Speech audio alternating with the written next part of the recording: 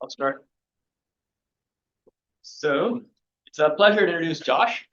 Uh, these dissertation talks are always the really happy occasions. So Josh came as a PhD student here, having worked at Lincoln and really experiencing COM and radar at all levels from theory to practice. And some of you might not know this. When he came to Berkeley, he immediately did heroic work with our DARPA Spectrum Collaboration Challenge project, where we had clearly bitten off far more than we could chew. Yeah, so all-nighters, sort of hacking away at every possible thing. I've interacted with Josh actually in multiple roles, besides having as my great, creative, and fearless PhD student who attacks problems that seem impossible at first glance. But I've also seen him as a really amazing TA who's committed to clarity and a great mentor to master's students and a collaborator who works really well with peers.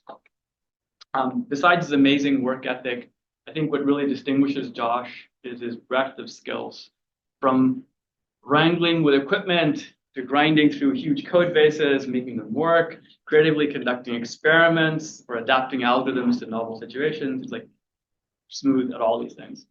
So he's worked on lots of different stuff. The dissertation talk should give you a bit of a flavor. There's more stuff he's worked on that's not going to be in it. So take it away, Josh. Thank you for that wonderful introduction, Anant.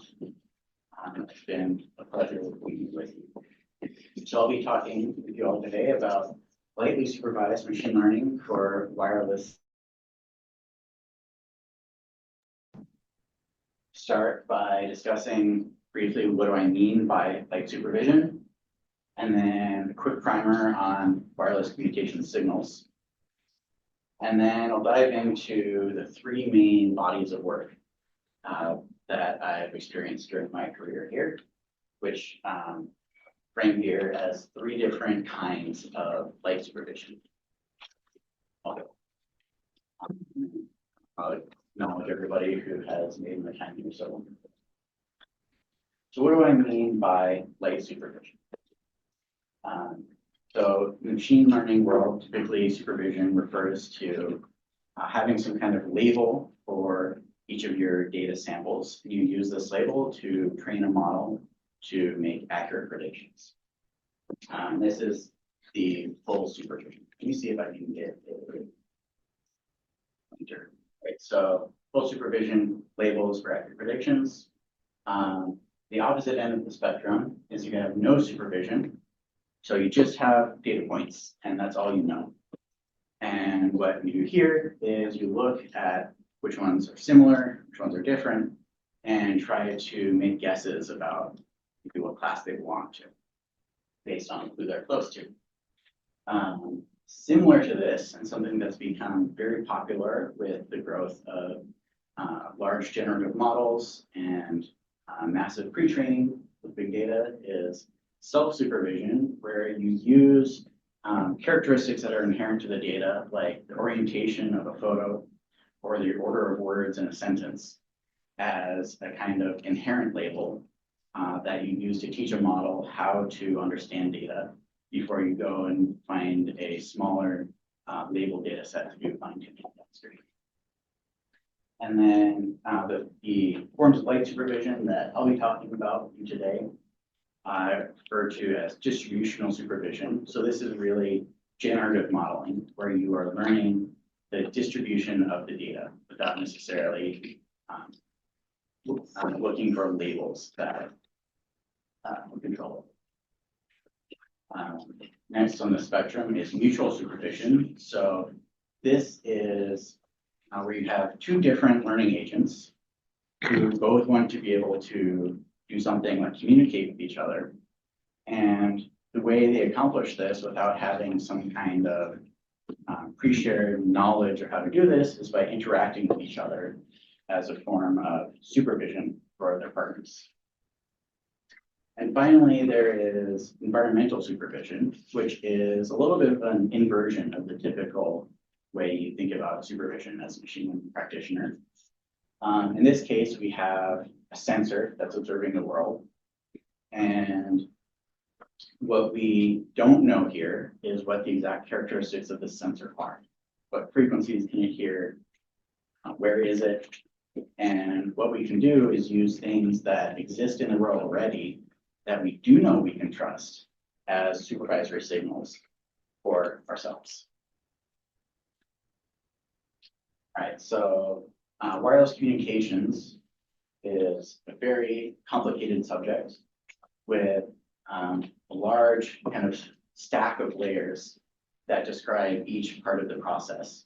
What I'm really going to focus in on today is the physical layer, which is how you turn data coming from all of the higher layers into a physical signal represented by something transmitting over the air. And this is most relevant for my work, partly because it is well understood in many situations, which means when we're training models, we know how good or bad they are. Not just that, yeah, it kind of works. It's like, does it work as well as it can? Finally, they can be directly observed, which is generally not the case for higher levels. Like, for example, if you have encryption happening, which means that we can take advantage of these more directly. So how do you take some data from a higher level and turn it into a physical signal? For example, maybe I have a meme that I want to send to a friend. Right, so I take that data. Typically, you start by compressing it, and then you add redundancy to this compressed data so that later on you can come back and correct errors. And then you take this bit representation, and this is kind of the key step where we go from digital data to something analog, which we then modulate as an RF signal and transmit over a wireless channel. And somebody receives it, and demodulates it. Typically at this point, you do some kind of estimation of what your channel was and try to restore the original signal. And then guess, based on what you received, what the original bits that were transmitted were. Then some error correction. And finally, you go back to your original source, and now your friend can laugh at your edging importance. Right, so now there's a little bit of context here. I'm going to talk about work that I've done on mutual supervision with Vignesh Subramanian, Karen Tran, and Kailas Bodradali. And the subtitle here is How to Speak to Aliens. Okay, so what I really mean here is how do I make sure that I am interoperable with any other device out in the wild that I want to communicate with? Right, so in the cell phone world, you've got different device makers, different carriers, different companies that are providing base station equipment, and they all have to talk with each other in order to have a functional network. And if they don't communicate, or if they don't interoperate together, you can end up with these walled gardens where, like in the old days, your Verizon phone only worked on Verizon. Right? And the way that this happens today is with standards and protocols, which describe nearly every facet of how your phone talks to the cell tower, talks to some other cell tower, and then somebody else's phone. Because they're so comprehensive, these standards are massive. The 5G standard, just for the physical layer, is multiple pages of hundreds of documents each, and open source implementations are millions of lines of code. And what this really means is that there's a lot of inertia, and the iteration process for bringing in new technologies is quite slow. But since I started my PhD in 2018, we've really moved from the era of, well, AI is a cool tool, but we're not quite sure what we can do with it, to let's use AI for everything. So how do we use AI and machine learning to learn to interoperate? And if I have an alien or just some radio that wants to send a message to somebody else, how does that person figure out what's going on? What is really the most minimal basic behavior that would let us learn to talk to each other? behavior that we came up with is echoing. Right, so if I don't have the Rosetta Stone of a standard that says, this is what I mean when I do this, if I echo back, we iterate, what we can do is adapt using the feedback from these echoes in order to come to a mutual understanding of how to talk to each other. It's a little bit more formally, call this the echo protocol. And we start with some preamble, modulate it, so going from digital to an analog representation, send it across the channel, where my partner, the second agent, interprets what they received from me and has some guess of what I was trying to say.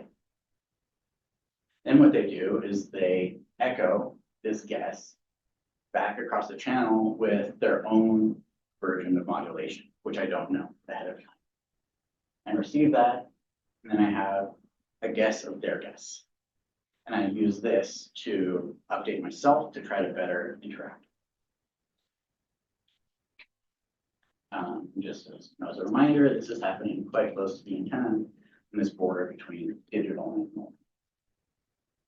Right, so the version of this I've talked about is what we call echoing with private preamble, where this original preamble is only known by me, my partner makes a guess, and I make a guess of their guess. This is the most extreme example between echoing with no knowledge and what a protocol might be, where everybody knows everything. And there is a spectrum of behaviors that could happen in between. The first thing we could do is decide ahead of time what this preamble is going to be, so that we can both make better guesses of what each partner is trying to say. The next thing we could do is we could have some way of passing data back and forth perfectly through this side channel, so that I know exactly what my partner guessed and what they thought, how they interpreted my message.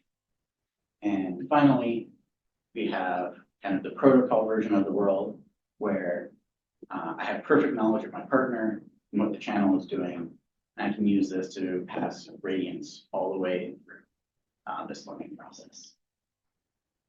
So these are fun diagrams, but what does this actually look like in action? So we have gradient passing and loss passing here, which are the two versions with most data shared. And you can see that you start with some kind of random constellation, which is what you call the distribution of the symbols. And then it moves to a perfect square, which is actually optimal for the basic channels that we're working with. And you can see that they're learning at about the same rate. Loss passing is a tiny bit slower, but it's hard to see. When we move to having less supervision through shared information, the learning process gets much slower.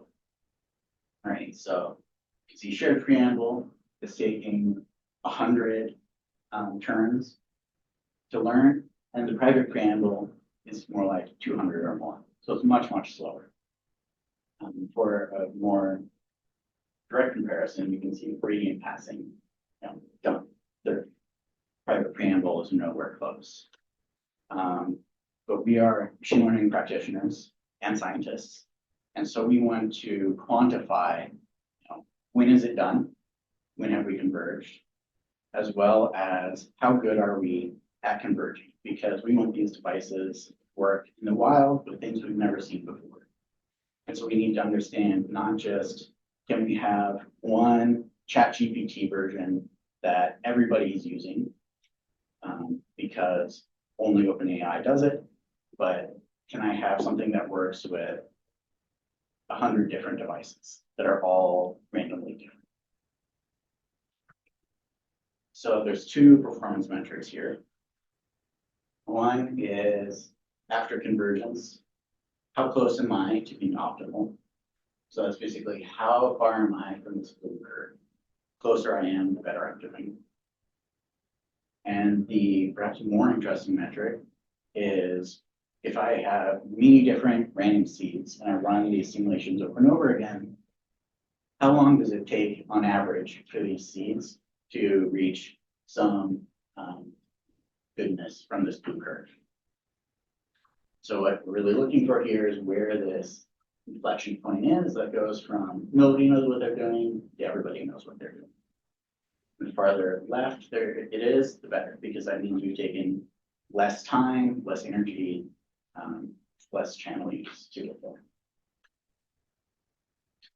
So what we have here is for the 4 different versions of the protocol I showed, the final convergence, how good we are, as well as how long it takes to get there. What we can see is they all get to be pretty good. Not quite perfect, but there's a little bit of randomness just in the data that they get, the feedback that they get, but we're pretty close. And then what we see is that really as expected, the more supervision through co-design we have, the faster we can learn.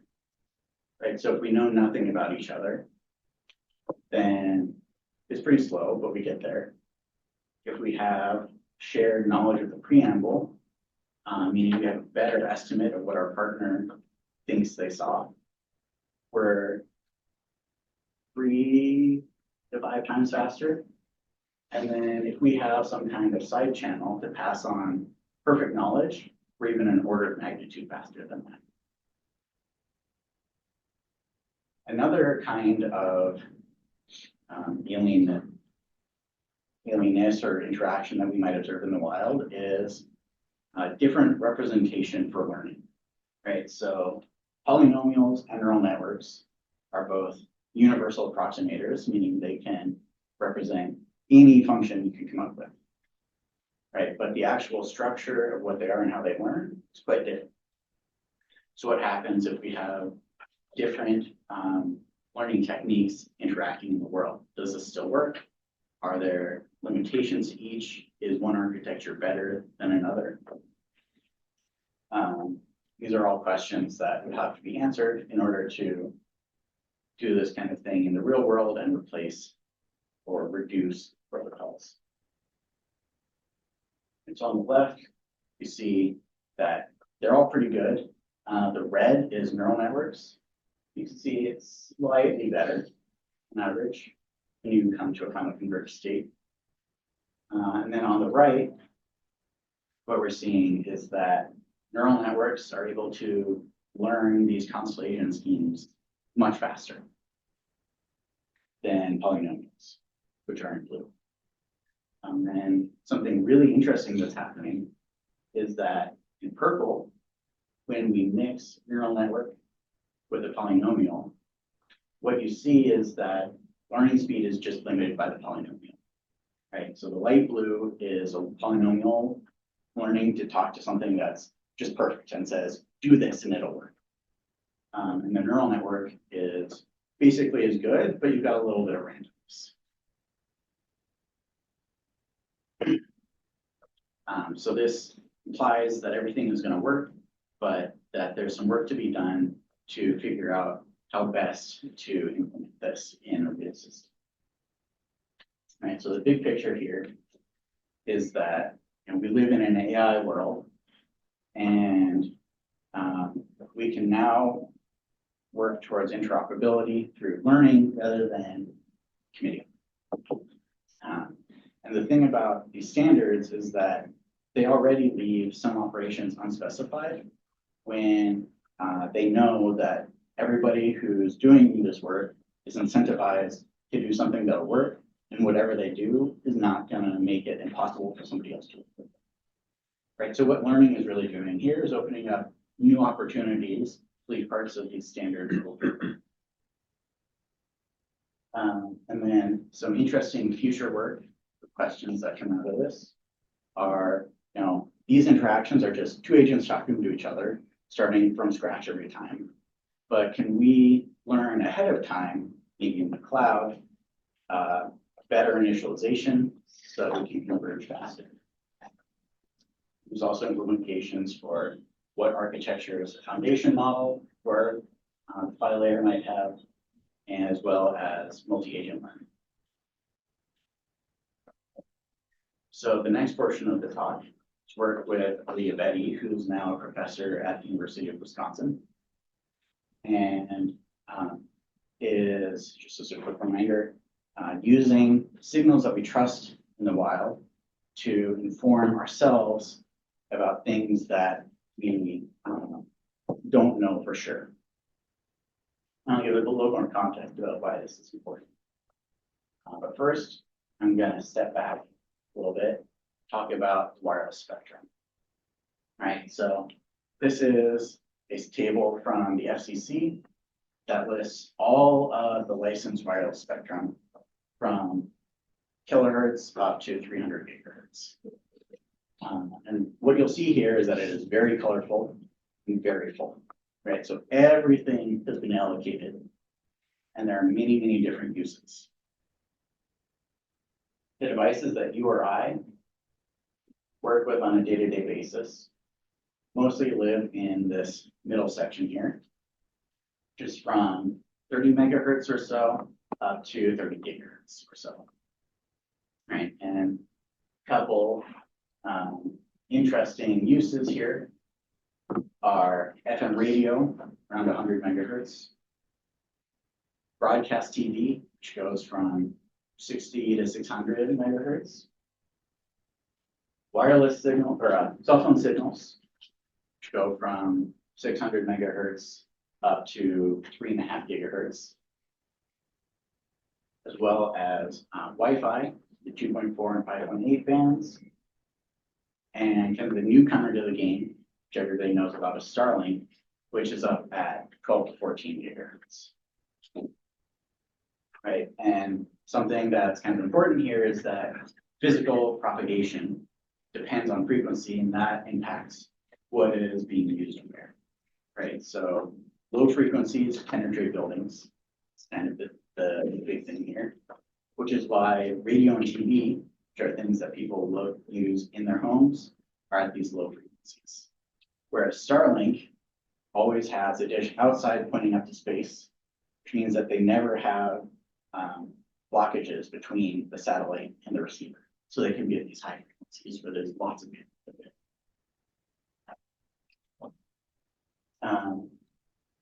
But really, the takeaway here is that spectrum is very crowded. Everything is used, and there's still demand for more, right? Something was there before Starlink moved in. So how do we address this problem of increasing demand and overcrowding in the spectrum? The modern solution is spectrum sharing, where there is some incumbent, it's a technical term, like a Navy radar, a weather radar, some other user who's already been allocated the spectrum, but they're not using it all of the time or everywhere. And so what we can do is we can take advantage of these empty parts of the spectrum, they're allocated, and allow new users to come in and take advantage of that. The way it currently happens is through central managers, or in some cases through individuals listening to say, am I clear to talk here? But there's a real question of how do we know what is really out there, right? So that we can decide where we have these opportunities for spectrum sharing, or if we are negatively impacting incumbent users. And one way to achieve this knowledge is through spectrum sensing networks. Okay, so I've talked about the spectrum. There's really three dimensions to the spectrum. There's frequency, which is what the big SEC chart showed. There's time, which is basically the representation that not everybody is talking all the time. So there's empty spaces that we can use. And there's also space, right? A naval radar is going to be on a ship, which is going to be on the coast. And so somebody in Colorado is never going to be impacted by Navy radars. And this is something we can take advantage of. We can cover the first two dimensions of time and frequency with single device. This is an example spectrum sensor from Keysight. It's $25,000. Right. So when we introduce the dimension of space, along with the concept that the Earth is curved, which means if I'm standing here with a radio and you go 40 miles away, you'll actually be below the horizon for me. You won't be able to hear me.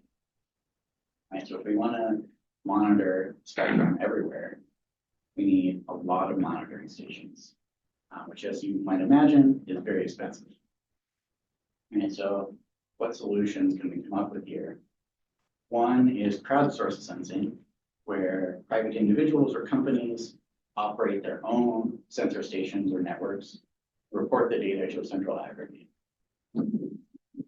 But again, you're probably not going to be able to go out and find some very generous friends to each drop 25 grand on a spectrum sensing money. So we need a different solution. And the solution that we've been using for this work is an edge device like a Raspberry Pi, along with cheap software-defined radios, which have really come about in the last decade or so as mixed signal system on chips have become widely available. But for this crowdsourced sensing solution, we still have complicating factor, which is people, right? The acronym in the title slide, PEBCAC, its problem exists between keyboard and chair, which is an old IT saying for meaning that if the computer is not working, it's likely that it was the person that was, right? And if you compare this to a NOAA satellite that's been operating in space for a decade, you have a very different confidence in the reliability of the system.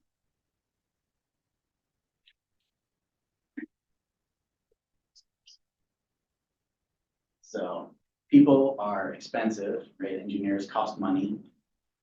And if you're deploying a system, you have to send them out to put stuff in, you have to monitor and maintain, and do truck rolls, is the industry term.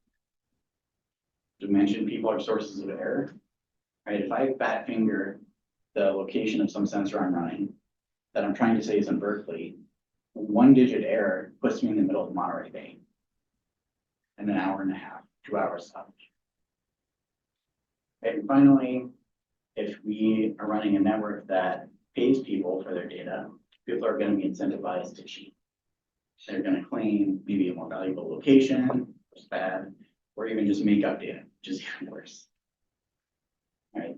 And so, harkening back to the new age of AI everything, how can we replace people with AI? Right? And in order to do this, we have to give the AI, which is not embodied, meaning it doesn't live in the world, access to something in the environment that it can use to understand. Our solution for this is what we call signals of opportunity, meaning legacy wireless systems, right, that operate with fixed standards that are broadcasting signals that we can use to learn about the world around us. A really powerful example that I'll be using for most of this section is ADS-B, which is a safety signal that aircraft broadcast that contains their location, among other data. LTE and Wi-Fi is something that everybody has devices here that can take advantage of this. And then satellites and low Earth orbit are another good example. So we saw earlier where EV cell signals are. Low Earth orbit satellites, particularly the NOAA weather satellites that we use for this work, are at 137 megahertz, so just above FM radio. And then ADS-B signals are at 1 gigahertz. Right, so what can we do with these signals? Well, we can understand where we can see and where we're blocked. So what's our field of view for some sensor? We can understand where we are with some pretty cool techniques. And we can also figure out if we're inside or outside. Right? And so really what we're trying to do here is use this overcrowding of the spectrum legacy systems as a feature that provides us supervision rather than as a bug that we have to address. All right, so let's start with field of view, meaning what can I see around me? In order to do this, we need to basically find some kind of signal that's all around that I can use to say, do I see something here? Do I not? And aircraft are great for this because they're usually flying, which means that they're sweeping out parts of the sky. And so you don't have to rely on just a few sparse signal sources. All right, so what this polar plot in the middle is showing is blue dots are everywhere I received a packet from an airplane, meaning, yes, I can see here. The gray dots are actually coming from a different crowdsourcing network. And these are saying there was an airplane here that was transmitting, but I didn't see it. And what we can do is apply very standard machine learning techniques that are tuned for this situation and build up a map of where I'm likely to see something if it's there and where I'm not. And so what is my field of view? And we can condense this a little bit into these purple arcs, which are just a representation of what's the center and how wide is my field of view. And then in the red, right here in the center is actually the true horizon. This data was actually the roof of this building, so this horizon is the mountain right there. And then around here is a projection of what this blockage looks like in terms of an angular field of view. Okay. And we can repeat these measurements in simulation for a bunch of different locations all across the US and look at how much error there is in the direction of my field of view and how much error there is and how wide it is. And we're actually quite good.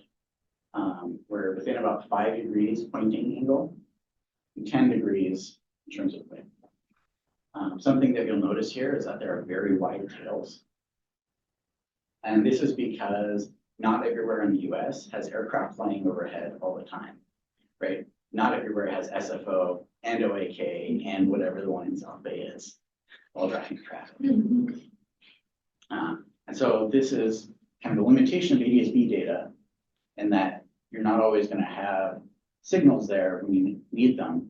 And this drives home the idea that you need maybe more than one signal of opportunity in order to get supervised rating.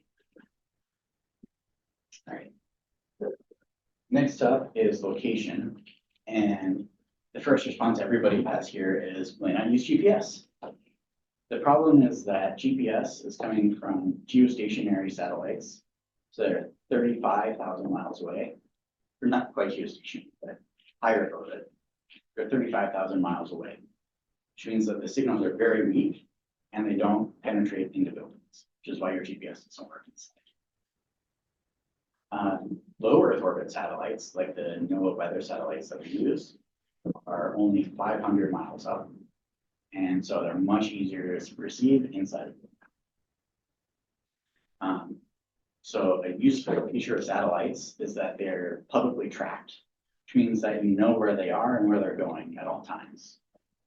And you can use this to calculate what the Doppler shift is that you'll observe as they come over the horizon towards you and then away again.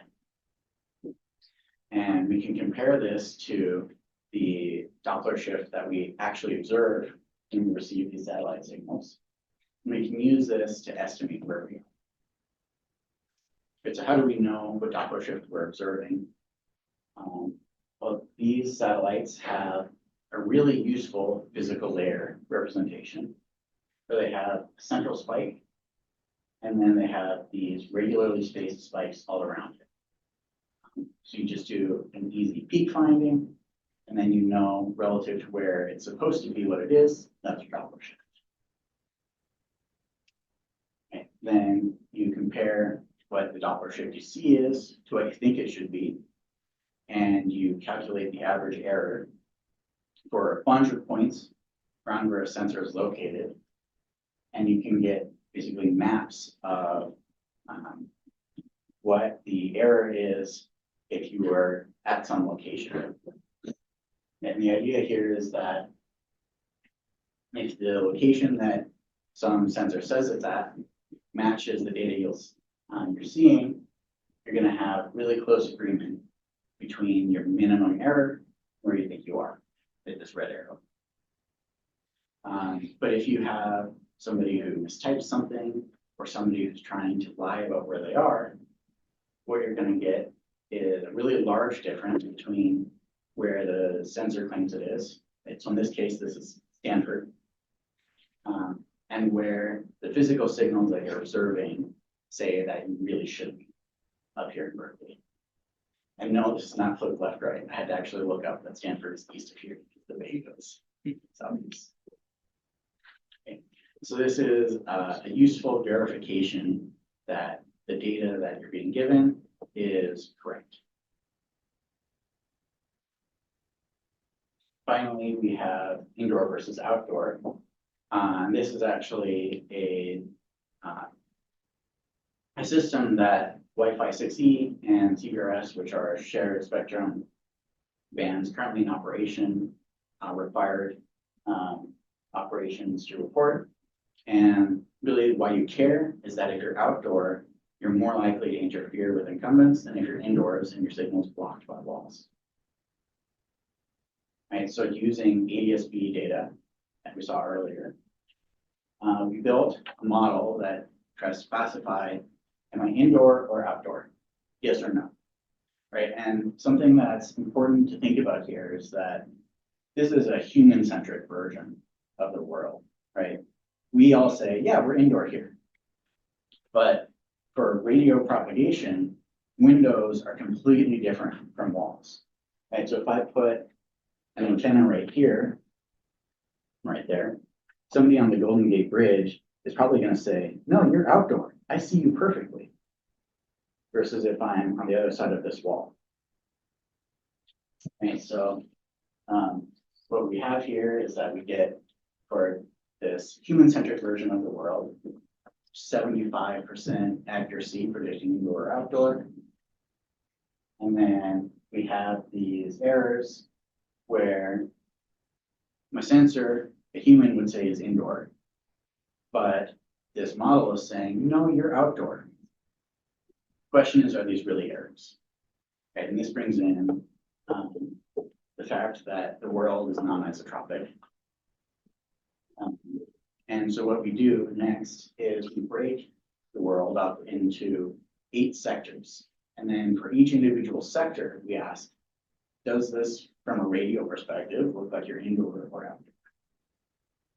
Okay, some are yes, some are no. And the result we get there is that we now have 85% accuracy for indoor or outdoor per sector. So we've got fewer misclassifications. The problem is now we've introduced some of these bad errors where I am outside from a radio perspective, but I think I'm inside, which means I'm going to be talking too loudly and interfering with incumbents. Okay, and we can address this through better modeling and do a little bit better, among other techniques like using other signals of opportunity. All right, so what is the big picture perspective on this work? Big picture is working towards a cognitive radio module, which is a concept that was introduced in 1999 by Joel McGuire, which is like an AI agent that observes the radio frequency world around it and talks to its peers to make intelligent decisions about how it operates. And so this work is building that situational awareness of the world, which leads into future work, sharing that knowledge, and then making intelligent decisions based on it. And another future work is that there's tons of other signals opportunity out there in this crowded spectrum that we can take advantage of. All right. Finally, we've got work, or I've got work here, which actually Arya and Ryan helped me with. Which is what I call distributional supervision or security through imitation. And this is work that's trying to use generative models to increase the availability of data sets for other people who are working on machine learning for wireless signals. All right. And trying to bring wireless signals into the age of big data. Right. What does big data mean? It means you've got lots of data. So what current data sources are there in this area? Well, there's post-processed data where somebody takes a recording, does some signal processing, and reports the key metrics like SNR or some estimate of the channel state at certain points in time, which is okay, but if I don't care about those metrics, it's useless to me. What works for everybody is reporting raw IQ. So literally, I have a radio here. What does it see?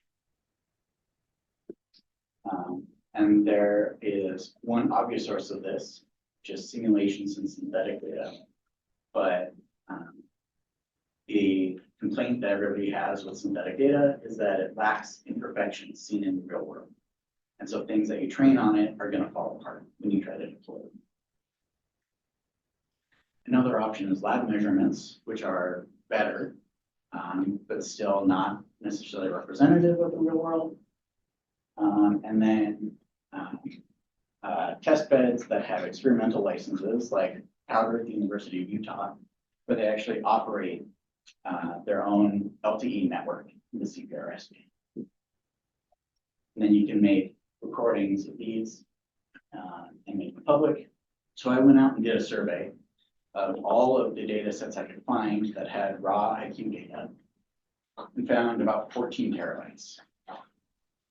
Of those 14 terabytes, 12 came from basically one massive MIMO data set that happened in a specific frequency with a certain protocol. Right. So the problem is, if I don't care about massive MIMO, this data set is not very useful. We can compare this to the kinds of data that are used for training the generative models that everybody knows about, like Stable Diffusion. And those are an order of magnitude larger, around 100 terabytes. Right, so there's a big discrepancy here. And you might ask, why? Is it because nobody cares? No, people care about this. So why is the data always gone? It's actually a quite interesting answer. When the confluence of privacy rights, right? So there was a Supreme Court case that ruled that police could not take infrared cameras and go around looking for marijuana grow houses, even if they're on public streets. There's an expectation of privacy that's not being met there. And there are also anti-wiretapping laws. And so what this means basically is that if I, for example, put sensors on post office trucks, they're driving around town reporting, even if I'm not doing anything nefarious with this data, if I release it publicly and somebody else goes out and de-anonymizes somebody who lives in Berkeley, I can be held liable, right? Which is scary for universities and academicians. Even the government is unable to release big data sets like this. So, how do we get around this by ensuring privacy while still releasing data sets? There's a couple different techniques for data privacy. There's federated learning, which has the problem that your data stays private, so that doesn't help me. There's differential privacy, which has the problem that you're releasing a different version of the data. which again doesn't really help. And finally, there's generative model, right, which is the idea here that I can take my data and I can train a model to match the distribution of that data and then generate a bunch of new data that's like it came from the real world, but won't contain private information. And that's what inspired this work. Okay. This is very preliminary work. This is really like a kind of proof of concept. Can we do this at all? And the problem here is that wireless communication signals by design are very, very information dense and high dimensional. And this makes any kind of machine learning, especially generative modeling, very difficult. So we picked a proxy task, which is coming from another domain of privacy issues, EEG signals or brain recordings, right? You know, there's HIPAA, so privacy issues.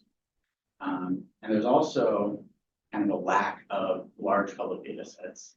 I'm aware of a couple terabytes maybe for the data sets, but these signals are much sparser in the frequency domain. So hopefully lower dimensional, and we're more likely to have initial success.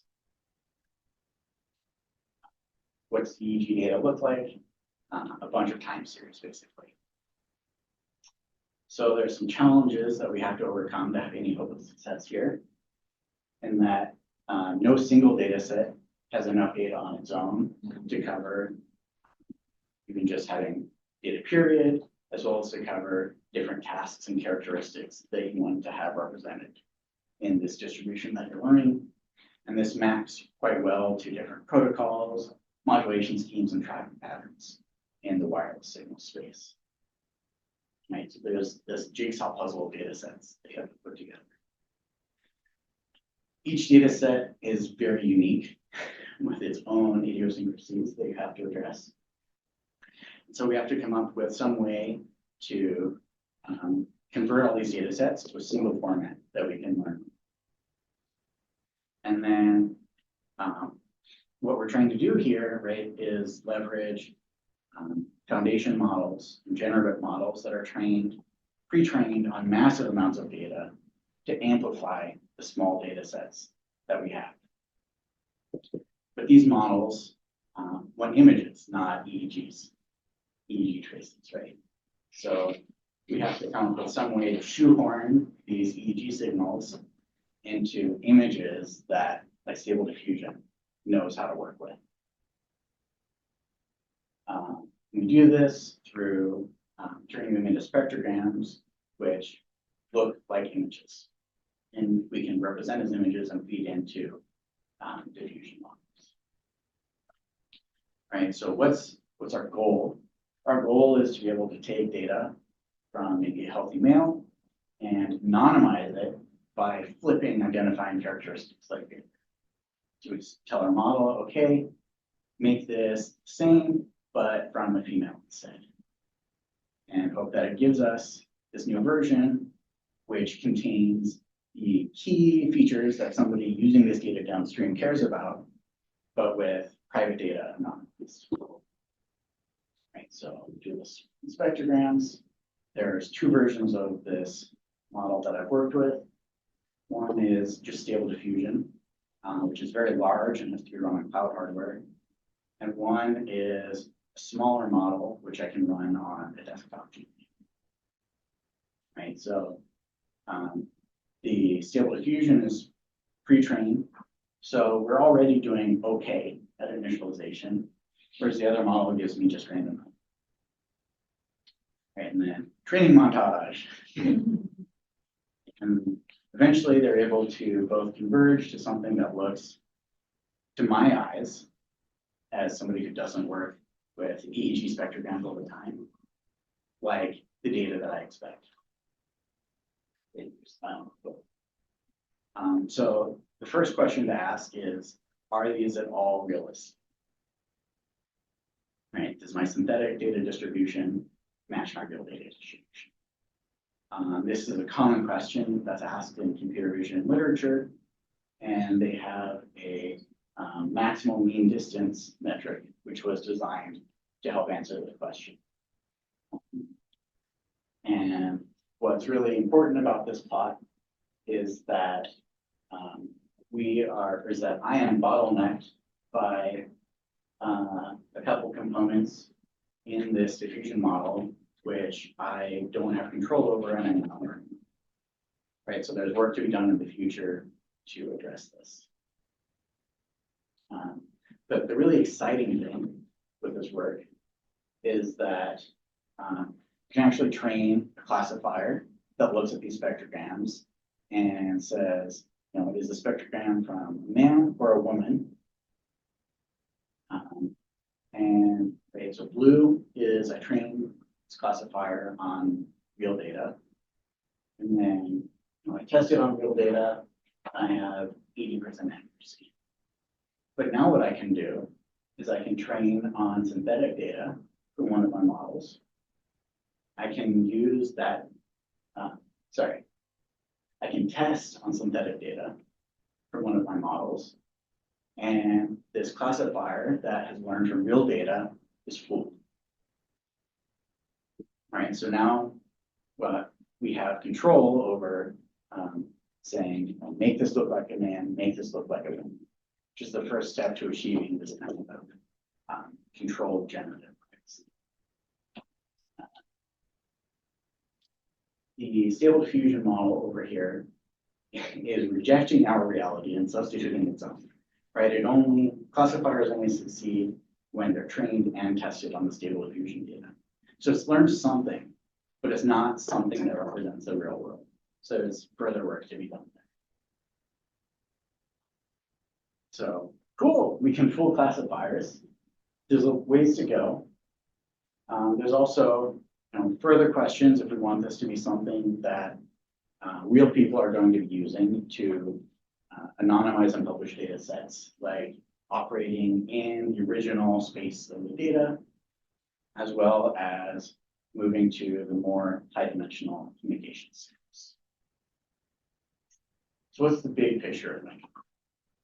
Really, what I've done through my work over my time here at Berkeley is I've looked at problems where I have some task that I want to accomplish, but I don't have the exact data or supervision that I need to accomplish this task. And I figured out ways that I can bootstrap myself into success with some other signal, right? So that signal might be interacting with somebody. It might be some legacy system that's just broadcasting relative here.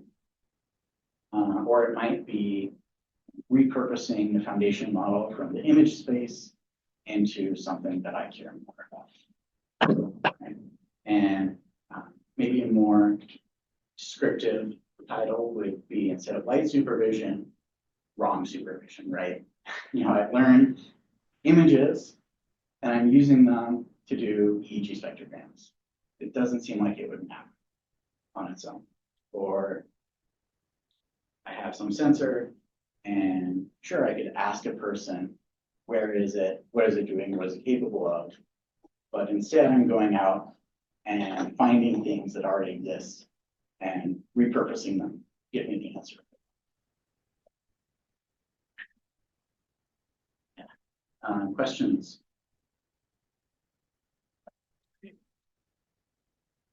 And I'll get to acknowledgements after. Yeah, so focusing on kind of the first batch of work, my understanding of it is basically, right, you need to do some handshake between two entities, and there's some level of granularity where you have knowledge of what the other entity's protocol is, right? So you're basically, choosing that you don't know anything about what the other entity is doing for communication. I guess the question kind of comes down to, it seems to me that there's like there's a little bit more granularity between these things. So like if you look at private preamble to like shared preamble, basically having a little bit more knowledge shared between, these two, I guess, co-designs. You have to basically kind of randomly search to figure out what the other entity needs to do. I guess instead of doing a random search, is there a better like a random search or having some AI agent, like kind of search the space? Is there some like extra knowledge you can give to say like, oh, like maybe instead of, randomly choosing a couple bits to like negotiate on, I guess, how do I structure this question? Is now that I'm realizing it when I'm saying it. I guess, is there some like extra granularity between these two things where you maybe don't do a random search, you give it a little bit more guidance in the search? Like I think these are pretty broad, like you're giving a lot of guidance from one section to the next, but between these, is there a little bit more like granularity you can give for guidance? Yeah, so. I don't know if that made any sense, by the way. But we Yeah, can talk about it I later. think what you're trying to get at here is that these aren't the only stations on this spectrum Yes. of codesign. Right? And so there are certainly other parts of what goes into a modulation scheme, constellation, as well as the rest of the physical layer stack that you can introduce and tweak like co-design and protocols over. But this work is really trying to dive into like the pre-shared information, right? So the pre-share, like the network architecture and the preamble here, and we know what the channel is, versus we pre-share only what this preamble is. So you could imagine something in between here where, and actually there is existing work that is cited in my dissertation, but in the interest of time, I couldn't get into here, where both of these neural network architectures are known. And so you can actually build a generative model of this channel and use that to estimate how you would backpropagate gradients from your demodulator to your modulator and use that for your updates. Right, so there are other things that you can do here, but we didn't have time to get into it with our work. Sounds good. Thank you. Other questions? Yeah, right. Does this like, as someone who, like the meme said, doesn't understand JPEG expression that well, but like, does this apply to like things that are kind of like potentially more information dense, like language, as opposed to like, because for the most part, it was mostly just like figuring out the delimiters between the pixels, right? Or is that at least from like the learning? Yeah, so it's learning a representation. So you could imagine learning maybe a shared embedding. Yeah. Two different languages. Yeah. Okay. Yeah. Right. The exact thing it represents doesn't have to be specified. Yeah, that makes sense. It's just like some sort of vector embedding. Yeah. So you talked about these standards to document the line open source code. How do you think the use of LLMs and foundation models is going to impact this? It's not to say LLMs to understand this code and put it into context or memory. And do you think that this? How do you think this might affect this kind of learning that you might do? Have you thought about it?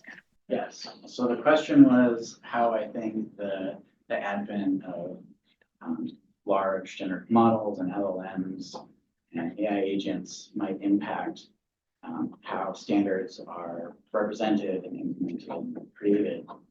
And it's a really interesting kind of open question, which actually Anant and I have talked about in some of our meetings. One thing that we've talked about is how that LLMs may act as kind of the glue between different standards, right? So if you have APIs for interacting with different machines or resources, you might no longer need a human to write code that converts between these APIs. You just have an LLM do it. And similarly, if you have different parts of a protocol that have something unspecified in between, you might have an LLM generate whatever goes in between. But the difficulty there is that these LLMs aren't learning from nothing. They're not producing something from nothing. Right? What they're really doing is figuring out patterns in what people have already done, and then producing new variants of those patterns that make sense in context. At least that's my interpretation. Not everybody agrees. And so if you want to develop some new protocol within the technology, it's going to be very difficult to have a generative agent just give it to you. And a lot of the really successful existing work in this area is creating specific network architectures that take advantage of domain knowledge and features of the data that it's interacting with in order to kind of regularize and enforce structure on the learning process. And I think that's still very difficult to do for something that's not a human.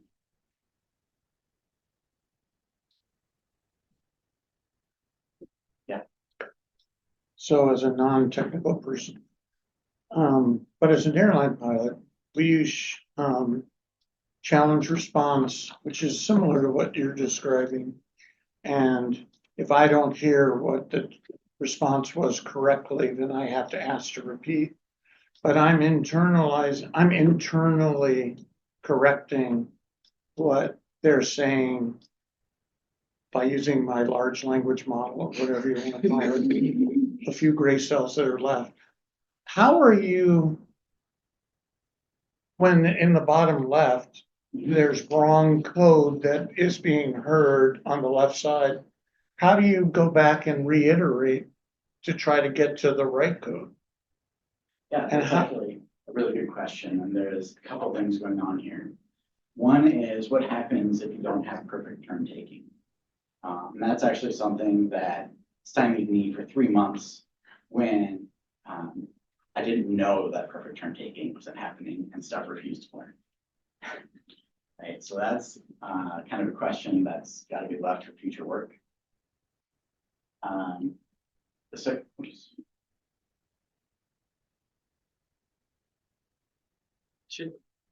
It's, you seem It's to have back. dropped off the. Yeah, you're back on. Okay. Second question. I think the second thing you were getting at there is what happens when your feedback from your partner back to you is imperfect. Right. Right. So what currently happens is that we are expecting this feedback to be imperfect. That's why it takes so much longer to learn for shared preamble compared to lost passing. And what we rely on is the fact that these imperfections are not coherent. So basically they're pointing in all different directions, right? It'd be like, go north, no go east, no go west, no go south. And so in your head, you realize that means stay where I am. But these imperfections, it's not completely imperfect. There is some amount of signal that is coming through that is coherent, which means over time I'm averaging out to maybe go northeast. And this go northeast is correct, and I eventually get where I need to be.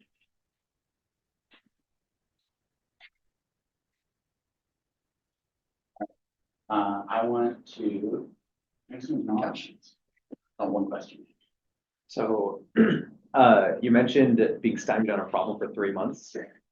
And I'm curious, looking back, is that a 3 months you feel like was well spent because you learned some sage wisdom during it? Or do you feel like it's like, what are your thoughts on being stuck in a problem for 3 months? I would say that was actually a fairly valuable 3 months because it really forced me to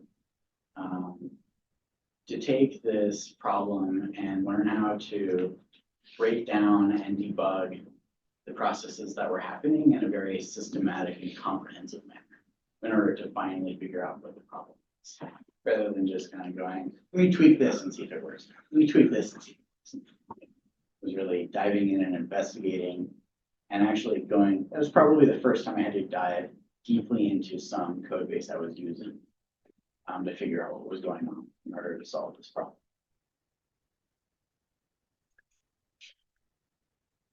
Which is a skill that has served me well since. So I really want to thank my advisor, Anant, and my committee for all of their feedback and advice throughout this process. And Anant, I want to say how grateful I am for your unfailing positivity throughout this PhD process. When things weren't working or I hadn't done very much work some week, you always had a positive comment and something good to say, and it's truly appreciated. I also want to thank my collaborators. Leah Betty worked on the environmental supervision work with me, and Vignesh, Karen, and Kailas, who worked on the ECHO project. These were big projects with a lot going on, and wouldn't have all come together at all. I want to thank my family for supporting me throughout all of this process. Both the family back home, the new family since I got married, and the local family here who gave me a place to escape Berkeley and life was too crazy. In particular, I want to thank my wife Sherry for all of her support throughout this process, and her dog for just being something there to cuddle. Her dog. And aside from family, what has really made my time here at Berkeley enjoyable and loving is the crew who've taken me on adventures, kept me fit with our long runs, and just been kind of silly, fun people to be around. And you all are who made grad school what it is. So thank you.